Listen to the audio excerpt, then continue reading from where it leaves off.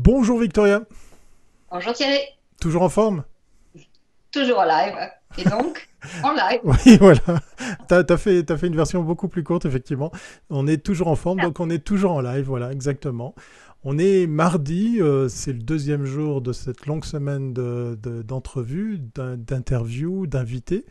Et puis aujourd'hui, on aurait pu faire à la Julien Lepers pour essayer de vous aider à deviner, même si on a fait un peu de teasing sur l'invité qui nous attend patiemment ici dans le studio.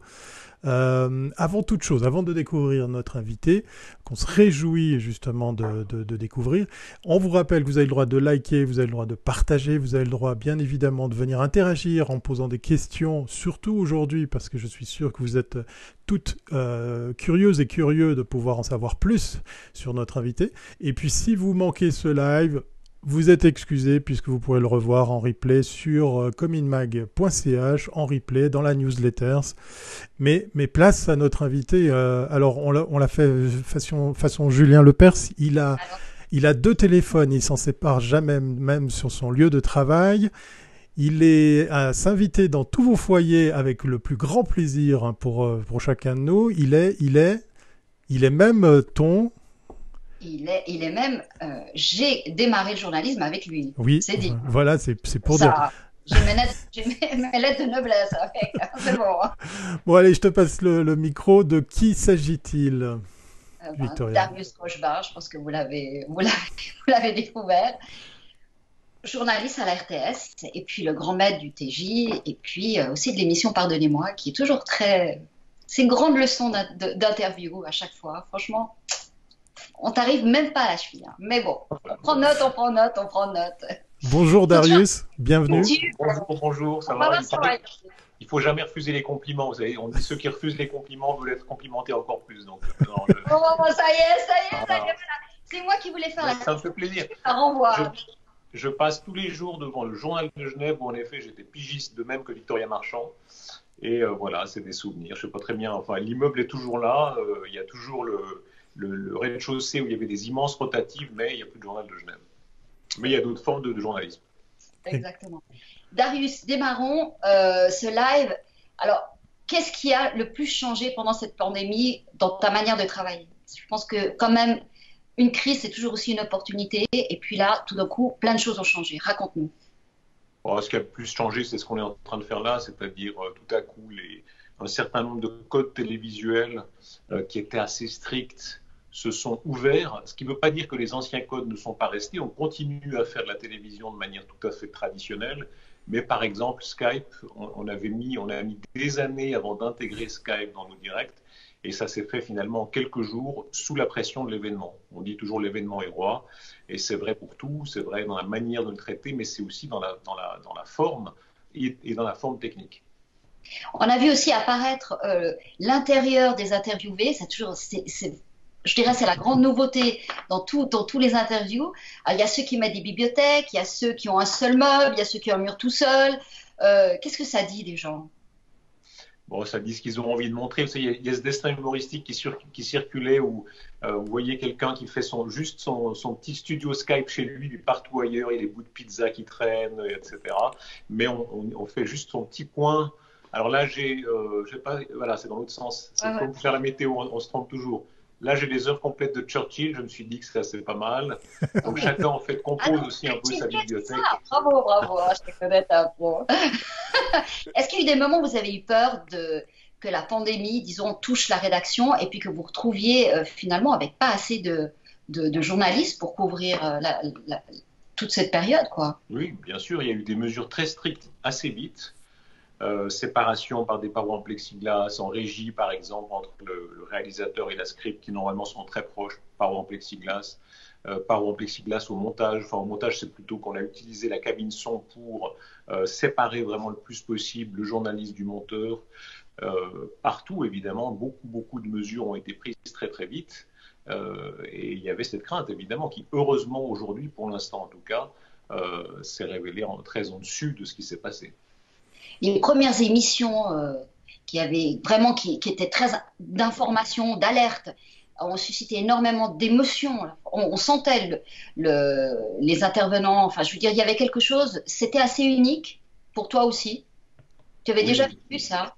Non, ce qui s'est passé est vraiment unique. Vous savez, en Suisse, malgré tout, même si on a de la peine à se l'avouer parce qu'on a envie de faire partie de l'histoire du monde, en réalité, on a souvent été un tout petit peu à côté. On n'a pas vécu la première guerre directement, pas la deuxième guerre directement. On a échappé au fascisme, on a échappé au communisme. Il y a ce sentiment quand même qu'on était toujours un tout petit peu épargné par la tragédie. Il n'y a pas longtemps, j'étais à Berne avec une réunion d'ambassadeurs. Et au bout d'un moment, quand les discussions s'ouvraient un peu, je comprenais la différence énorme qu'il y avait avec ces pays qui nous entourent. Tous, d'une manière ou d'une autre, ont payé le prix du sang. Quand vous parlez avec des Russes, avec des Français, avec des Allemands, avec des Italiens, ils vous disent « Ah, mon arrière-grand-père a été tué. Ah, mon arrière-arrière-grand-père a été déporté, etc. » Et ce n'est pas notre histoire. On a eu nos problèmes et on n'est pas complètement épargné, évidemment, mais enfin, on est loin de tout ça. Et là, pour la première fois, vraiment, les gens, c'est-à-dire aussi les journalistes, la rédaction vivait vraiment dans l'histoire. Et ça change beaucoup. Dans cette période un peu compliquée pour travailler, surtout pour ramener de l'information, la partager le plus possible, est-ce que on se retrouve à être plus attentif à l'exemple qu'on peut montrer? On voit par exemple certains sujets, la perche tendue pour le micro, la distance avec l'intervenant. Est-ce que ça, c'est des éléments qui sont rentrés comme ça tout naturellement dans les façons de faire de tous les collaborateurs, de tous les journalistes, ou ça a pris du temps pour l'inculquer à un maximum de personnes sur le terrain? Parce que justement l'image est reine et on fait attention, enfin on est sensible à ce genre de mesures en tant que téléspectateur. C'est venu assez vite, c'est vrai. C'est la pression sociale dans tous les sens, hein, entre journalistes et autres professions, mais aussi entre le public et les journalistes. On faisait des Facebook Live au début, on était trop proche, présentateur ou présentatrice trop proche du spécialiste. Et c'est les gens qui vous disent « Ah mais attention, vous nous parlez de distance sociale et vous ne l'appliquez pas vous-même, donc on a éloigné des tables. » Il y a tout ce processus. Oui, le regard social change énormément, mais on le voit dans la vie courante quand les gens ont tendance un peu à dénoncer en disant « En bas de chez moi, il y a un attroupement, etc. » Alors c'est le mauvais côté parfois et c'est le bon côté en même temps, une forme de conscience sociale qui est extrêmement forte. Alors, une petite question, parce que certaines perches ont dans un petit plastique, d'autres n'en ont pas. Alors, je n'ai jamais compris qu'est-ce que vous faites une fois qu'une personne a été interviewée. C'est quoi la règle? Est-ce qu'on change le plastique? C'est ça que tu veux poser comme question? Est-ce qu'on change le tissu? Je ne sais pas. Franchement, il y a eu toutes sortes de mesures. Par exemple, des gens qui ont fait une quarantaine du matériel, simplement qui ont laissé, vous allez tourner à l'hôpital, donc vous laissez un certain temps le matériel, ou vous allez tourner à l'hôpital et puis ensuite vous nettoyez ou non le matériel. En réalité, on met le maximum de chances de son côté, mais il n'y a pas de science exacte. Par exemple, on a demandé au professeur Pité qu'est-ce qu'on fait si on va tourner dans l'hôpital, et il vous dit le risque est quasi nul pour le matériel, à moins que quelqu'un vraiment vienne crachoter sur votre caméra, et si vous voulez être très puriste, vous poussez votre caméra quand vous rentrez. Mais ce n'est pas le mode de contamination quand même le plus risqué et le plus courant. La question qui peut se poser aujourd'hui, c'est le journalisme qui s'est fait pendant cette pandémie. C'est un journalisme, je dirais, où vous avez parlé avec des experts, vous les avez écoutés, on a tous appris de ces experts, on a entendu des hommes politiques. Aujourd'hui, on est un peu en train d'entrer dans une nouvelle phase. On vous accuse un petit peu on accuse la profession de ne pas avoir posé beaucoup de questions, de ne pas avoir remis en question certains statements qui apparaissaient du jour au lendemain. Quelle est la place, quelle latitude vous aviez pour justement pas être critique, mais disons amener une autre voix que simplement la voix officielle? Comme je vous disais tout à l'heure, dès lors qu'on est embarqué vraiment complètement dans une histoire, c'est vrai que la distance critique change un peu. Moi, j'ai vécu le 11 septembre, par exemple, en rédaction. C'est vrai que dans un pays neutre où il y a eu très peu de faits terroristes pendant tellement d'années, on parle du 11 septembre très différemment que si on est américain. Les journalistes américains avaient vraiment une vision du 11 septembre très différente. Quand ils parlaient de la guerre d'Irak, en tout cas au début, même les plus critiques d'entre eux avaient forcément pas la même attitude que nous en Suisse, de loin, etc. Et là, on est dans une autre logique. On est vraiment partie prenante dans nos vies, dans notre travail de journaliste, etc. Et ça a changé la donne, incontestablement, ça, il ne faut pas le nier. Mais ça n'empêche pas qu'on fasse notre travail de journaliste, qu'on pose autant que possible les questions. On l'a fait pendant sur les masques. assez tôt, hein, de façon assez régulière, on a réinterrogé les spécialistes en disant mais vous êtes vraiment sûr que c'est pas plus nécessaire que ça? Donc oui, le travail critique est resté. Cela étant, vous avez ce chef, vous savez, quand il y a des visites, souvent ils disent mais qui décide, qui est le chef, qui décide lors des sujets, etc. Et il y a plein d'explications un peu techniques. Mais au fond, le vrai patron des journalistes, le seul patron contre lequel on peut vraiment rien, c'est ce qu'on appelle l'esprit du temps. C'est l'opinion dans laquelle on est tous. Et c'est normal, on la partage, il y a une sorte de consensus. Et on est tributaire de ça dans une crise comme ça, c'est vrai. Et vous voyez très bien ça dans la différence entre les Français et les Allemands ou entre les Romands et les Alémaniques.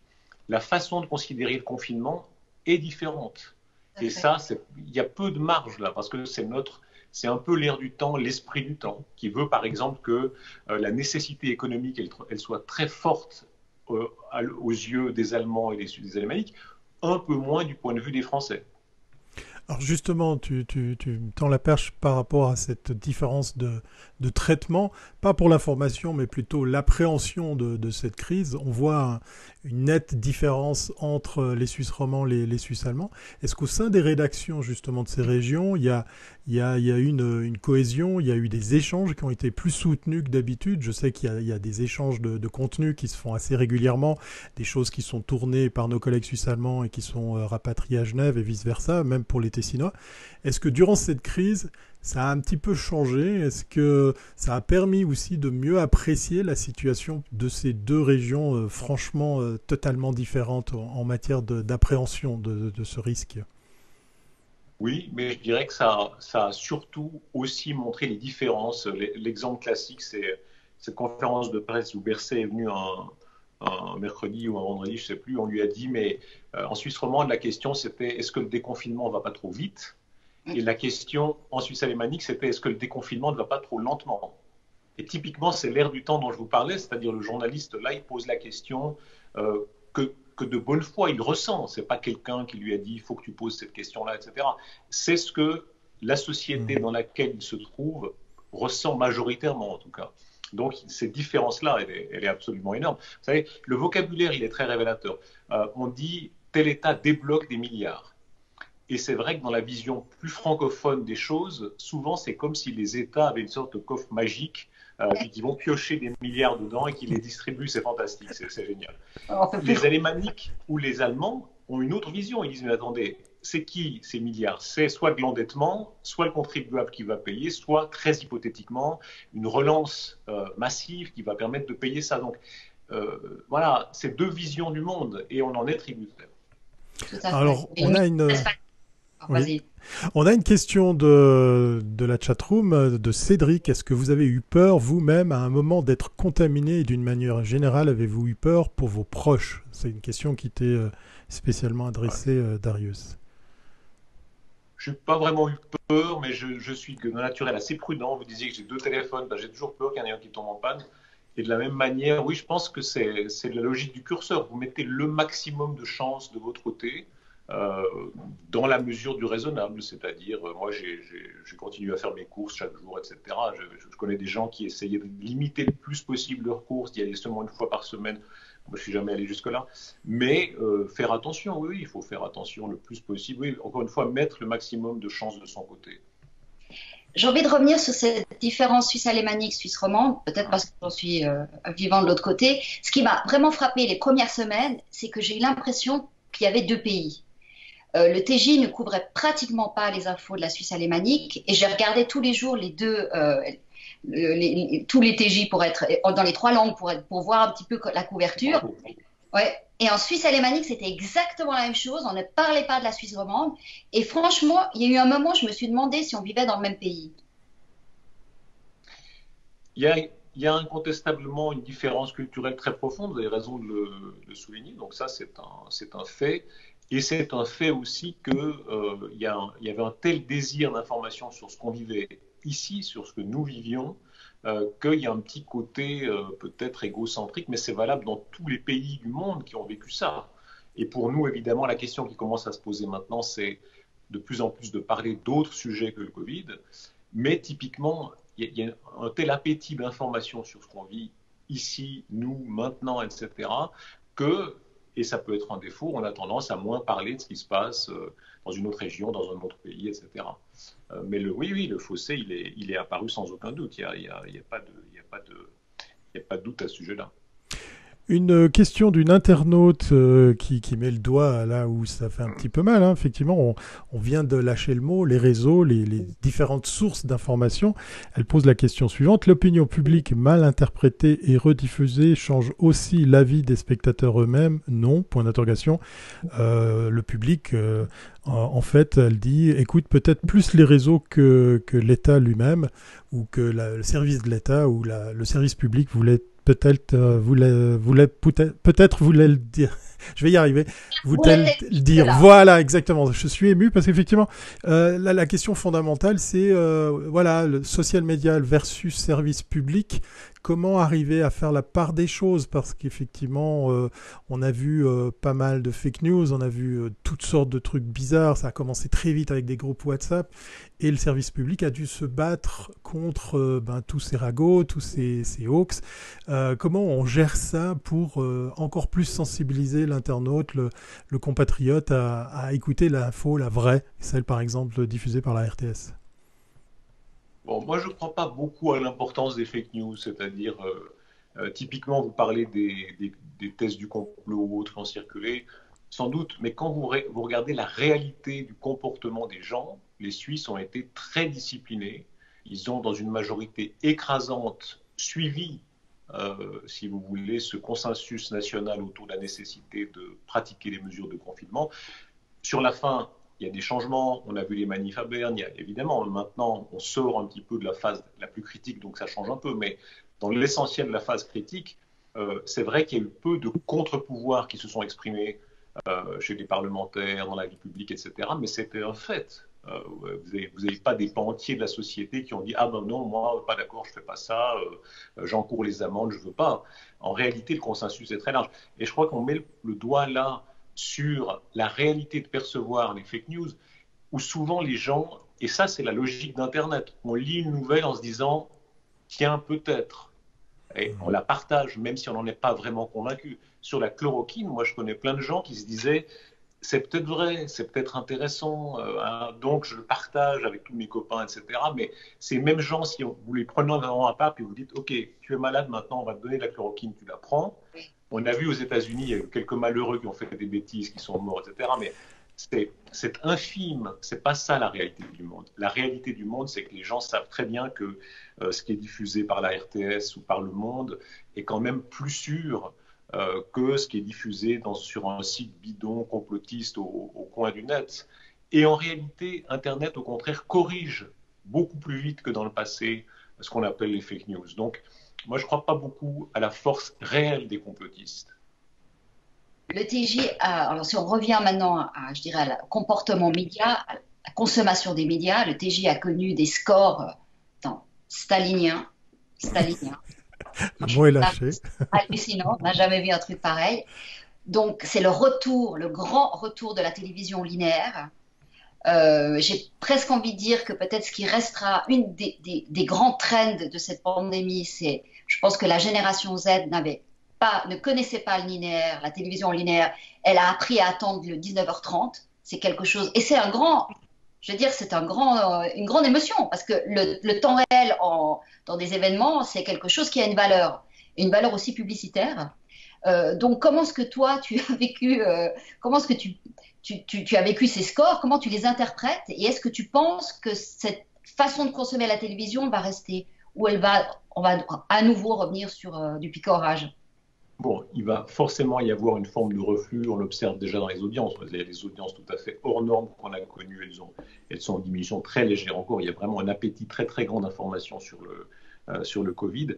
Mais moi, ça rejoint une intuition que j'ai toujours eue, qui est que tous ces modes d'information se surajoutent les uns aux autres. C'est-à-dire que, et c'est vraiment l'histoire ancienne déjà, la télé n'a pas tué la radio, Internet n'a pas tué la télé, et au fond, on se rend compte que la capacité de s'informer, de cultiver son esprit, de se divertir, etc., est à peu près sans fin.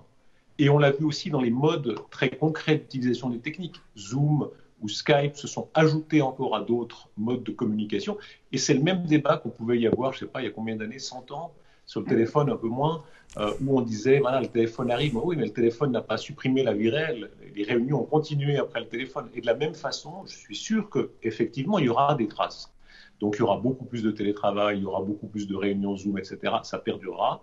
Mais en même temps, tout ce qui était la vie d'avant continuera aussi. Tout se surajoute. Ça, c'est le mystère. Je me rappelle très bien quand j'étais, je ne sais pas si vous vous souvenez, quand c'était la grande vogue de Canal+, où tout à coup, vous aviez un média qui pariait sur le fait que le divertissement va devenir une industrie massive. Et moi, j'avoue, j'étais plutôt du camp des sceptiques, parce que de façon un peu austère, je me disais, mais c'est pas vrai, les gens, ils peuvent pas. Et en fait, si, on a une capacité, pour ainsi dire, infinie de consommer ce genre de produits. Je vois maintenant dans le train, moi, j'ai pas ces habitudes-là, mais il y a des gens, des pendulaires, qui arrivent à regarder à peu près un film par jour. Ils regardent un film en allant, moitié du film en allant, moitié du film en rentrant. Ça leur fait 5 films par semaine. Et en plus, ils regardent Netflix le soir. Et en plus, beaucoup d'entre eux regardaient, ça paraissait tellement improbable pendant cette période de confinement, ils regardaient des vieux Louis de Funès, ils regardaient Le Père Noël est une ordure, etc., en programmation classique. Donc, c'est des gens qui regardaient quoi, 10 films par semaine. Moi, j'arrive même pas à en voir un. C'est ça qui est fascinant. Et pour l'information, c'est pareil, c'est-à-dire on peut regarder, écouter Forum le 19h30 et en plus aller sur les réseaux et en plus pratiquer des modes de consommation extrêmement divers. Mais on a redécouvert regarder la télévision dans son salon, en famille, ce qui était très important. Oui. Qui avait disparu. Et ça, c'est quelque chose pour les moins de 20 ans, c'est quelque chose qu'ils n'avaient pratiquement plus jamais vécu. Enfin, ils ne l'avaient jamais connu, ça.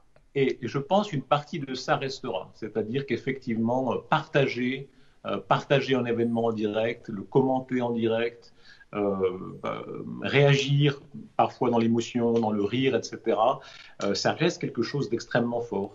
Et on le voit bien avec les collègues des sports. Vous savez à quel point le direct sportif reste quelque chose.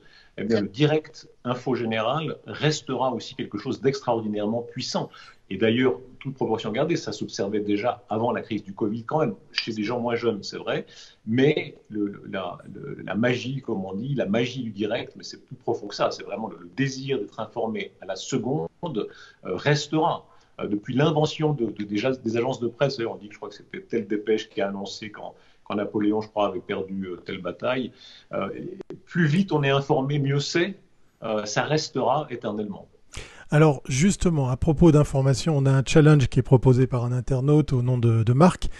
Il demande tout simplement, serait-il possible d'essayer de faire une fois un journal télé, un journal du TJ, sans aborder le sujet du Covid-19, histoire de changer les idées des téléspectateurs? Que répondre à une telle proposition? Il a raison, il ou elle, pardon, qui est-ce qui pose C'est la Marc, question? c'est Marc qui nous pose la question.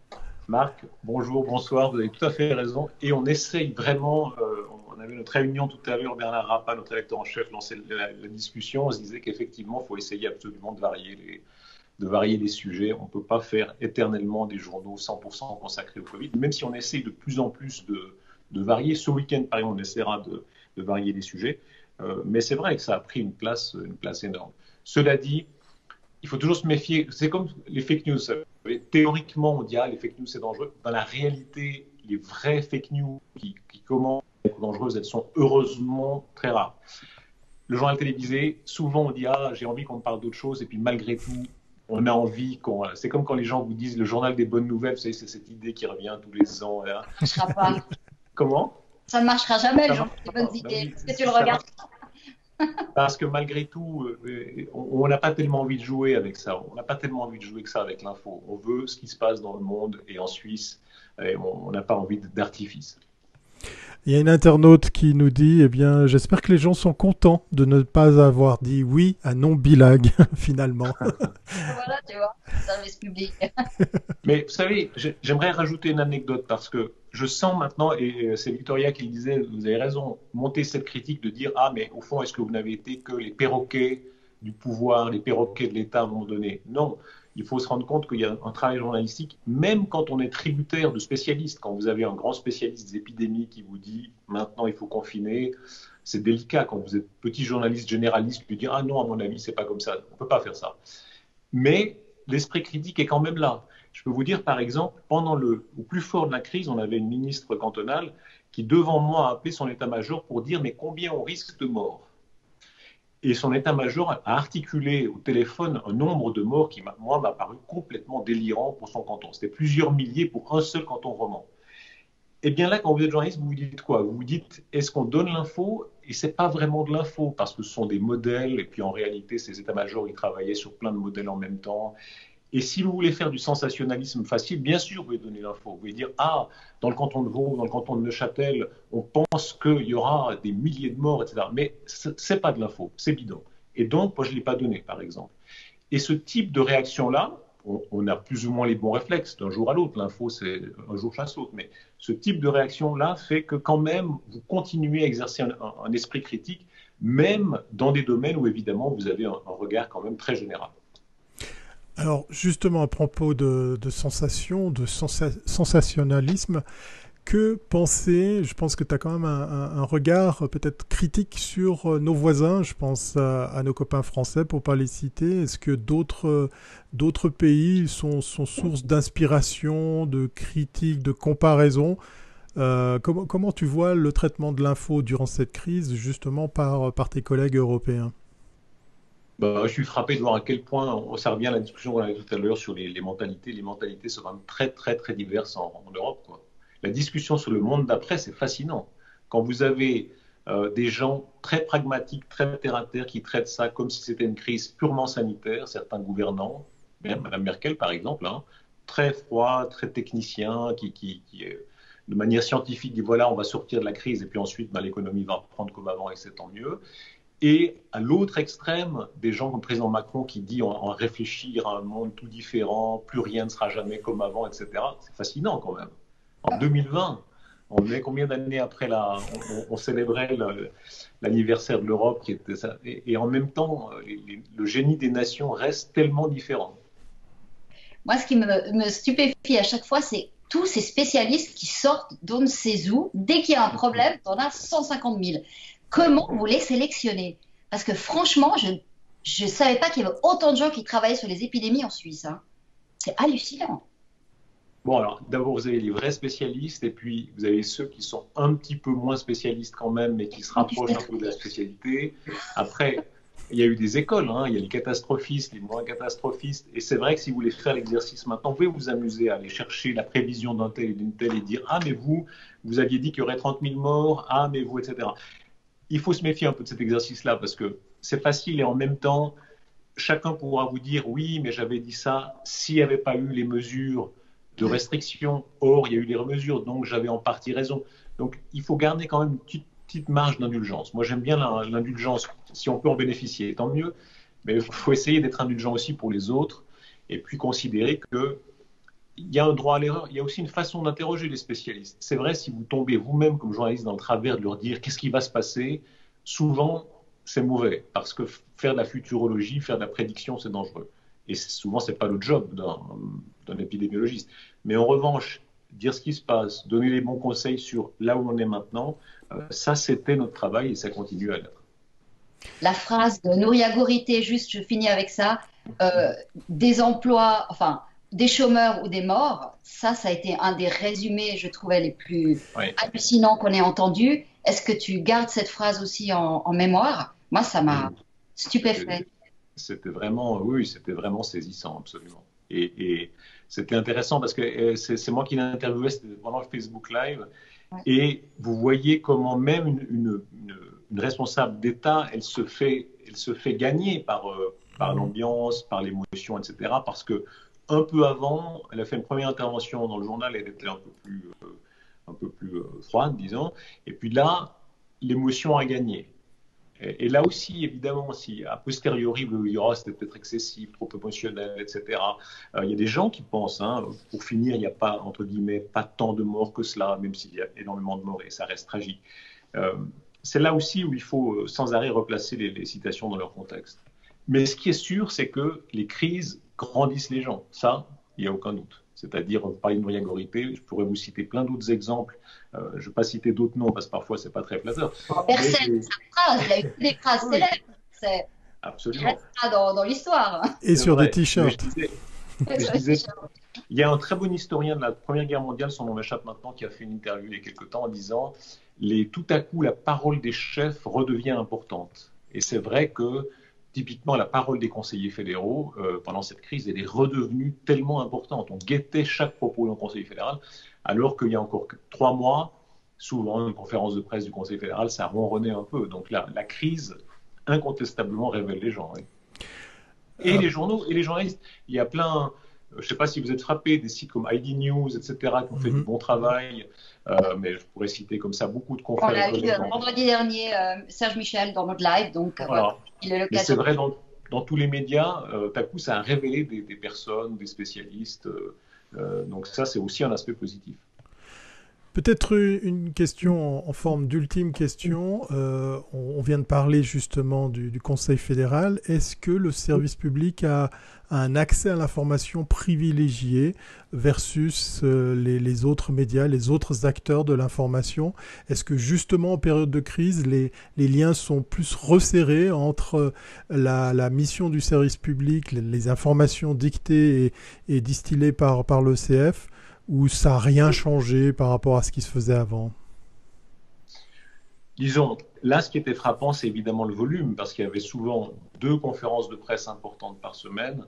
Et là, vous sentez vraiment toute la machine de l'information qui fait que le conseiller fédéral, souvent, il donne 3 interviews dans chacune des 3 langues. Et puis ça, multiplié par plusieurs médias de la SSR. Donc tout à coup, on a vraiment l'impression effectivement d'une machine étatique, mais dont on ne fait pas partie au sens propre, c'est-à-dire on reste des journalistes avec un esprit critique libre, et c'est important de garder ça en même temps. Et ça se passe assez bien en Suisse quand même, je veux dire, sans faire du chauvinisme, mais c'est vrai que la collégialité, le fait qu'il y ait plusieurs partis qui gouvernent ensemble, le fait qu'on ne soit pas dépendant d'un seul pouvoir central, ça change énormément, vous savez. Moi, je donne toujours cet exemple par rapport aux collègues français, par exemple. Dans une chaîne publique, si vous vous mettez mal avec l'Élysée ou avec Matignon, et c'est vrai dans beaucoup d'autres pays, malgré tout, vous risquez tôt ou tard d'en subir un petit peu des effets. Prochaine nomination, prochaine, etc. En Suisse, vous avez 7 conseillers fédéraux venant de partis différents. Tout ça se corrige un petit peu. C'est quand même une toute autre logique. Et moi, j'ai vécu des scènes, pas pendant le Covid, mais avant. Vous pouvez, dans une certaine mesure, vous fâcher comme conseiller fédéral. Moi, j'ai eu l'exemple du conseiller fédéral qui n'a pas aimé la question. Elle a pris son oreillette, elle l'a jetée comme ça, et elle a dit « j'arrête ». Bon, elle arrête. C'était une interview préenregistrée, hein. Et puis, dans l'après-midi, c'est avec ces conseillers de communication, ils ont réfléchi, ils ont dit, bon, ben, on va revenir. Voilà, ça montre quand même, et on a réenregistré l'interview normalement dans l'après-midi, quelques heures après la première version. Franchement, je pense qu'il y a peu de pays où ça se passe comme ça. Parce qu'en général, si on en arrive à ce degré de tension, vous passez un mauvais quart d'heure. Là, il y a ce côté un peu plus bon enfant, un peu plus, oui, consensuel, où vous pouvez vous énerver, mais finalement, la raison l'emporte. Alors, dernière question. Alors, que retiendras-tu? Une phrase, un moment, une émotion de cette période? Qu'est-ce qui restera dans ton souvenir? Bon, peut-être c'était un reportage sur vous savez, au nord d'Italie, les gens mouraient vraiment seuls parce qu'il y avait tellement de monde aux urgences et aux soins intensifs, surtout qu'on ne pouvait même pas faire venir les familles pour dire au revoir à leurs morts. Et donc, les Italiens avaient fait des systèmes d'iPad ou autres pour que les gens puissent dire adieu à leur famille quand ils étaient encore en état mental de le faire. Et en Suisse, heureusement, on n'est jamais arrivé à ce stade-là, mais quand même, nous, on a fait un reportage, vous savez, sur une mère, par exemple, qui parlait par FaceTime, elle est décédée entre-temps, avec sa fille. Et là, tout à coup, voilà, vous êtes vraiment, quand je disais, vous êtes immergé dans l'événement, là, vous y êtes. Parce que c'est vraiment l'hôpital, là, en Suisse romande, tout près de la tour de la télévision. C'est évidemment, malgré tout, autre chose. Et c'est là où on voit la proximité. Vous savez, c'est une tarte à la crème, notre métier de journalisme. On dit la proximité, c'est important. Oui, c'est important, c'est vrai. Vous ressentez très différemment ce qui se passe ici que ce qui se passe lointain malgré tout, même si, évidemment, le 11 septembre nous a touchés. Ma mère me parlait de l'assassinat de Kennedy. Vous savez, pour toute une génération, le jour de l'assassinat de Kennedy, ça restait dans la mémoire. Bien sûr. Mais malgré tout, c'était loin. Là, c'était chez nous. Et c'est partout. Ah ouais. Voilà, merci beaucoup pour ce temps partagé, Darius. Merci à vous. Franchement très très intéressant. Vous avez un super studio. Hein. T'as vu ça? Impressionnant. On va pas comparer les moyens techniques. Et c'est vrai qu'on n'a pas du tout parlé de cet aspect-là. C'est quelque chose sur lequel on invite les auditeurs à prendre un peu plus d'attention sur les différents programmes qui sont proposés justement par la RTS. Je trouve très complémentaire, et ça c'est pas du tout pour faire du passage de pommade, de voir effectivement les usages du live venir se greffer sur la télévision linéaire. Peut-être, allez, je pose quand même la question. Comment c'est perçu par les intervenants que tu invites justement durant ces lives? Est-ce que, alors je suis désolé pour la question, la prise au sérieux est la même que si ça se passait en télévision, quel que soit le support? En fait, les gens s'en fichent et prennent tout aussi au sérieux le traitement d'un sujet qui peut par exemple générer de l'interaction sur un Facebook Live versus un TJ par exemple. Absolument, les supports s'ajoutent les uns aux autres, ils se complètent les uns aux autres. J'ai honte de le dire, mais parfois je crois que l'invité ne sait plus très bien en réalité. On lui dit, on lui ment pas, mais souvent l'invité il vient, il sait pas très bien si c'est de l'antenne, rts.ch, le site, la page Facebook de RTS Info. Et pourquoi ça? C'est pas parce qu'il est confus, c'est parce que en 2020, souvent un petit extrait d'1 minute sur un Facebook Live peut avoir tout à coup plus d'écho que ce qui passe dans Dimanche soir. Voilà, tu parlais, Victoria, vous parliez de la petite phrase de Nouria Gorité, c'était pendant le Facebook Live, par exemple. Oui. Mais tout à coup, et c'est là le génie, c'est là où le génie du net rejoint le fond de la qualité journalistique, c'est que ce qui est de qualité du point de vue de l'info, parfois aussi bien sûr de l'émotion, va tout à coup avoir un écho, quel que soit le support. Et vraiment, on l'a ressenti encore plus dans cette crise. Excellent. Merci beaucoup, Darius. Merci à vous. Et puis, je ferai la visite de la bibliothèque complète autre fois. Alors. Voilà, moi je suis dans ma cave pour ma part, donc j'ai très peu de lecture. On va te laisser retourner à une activité normale. Et puis, à très bientôt, Darius. Et puis, Victoria, nous, on se retrouve demain, 15h. C'est pas fini, les Comin Mag Live. Hein. Non. Ça finira jamais. ça finira c'est comme jamais. les TJ, c'est tous les jours.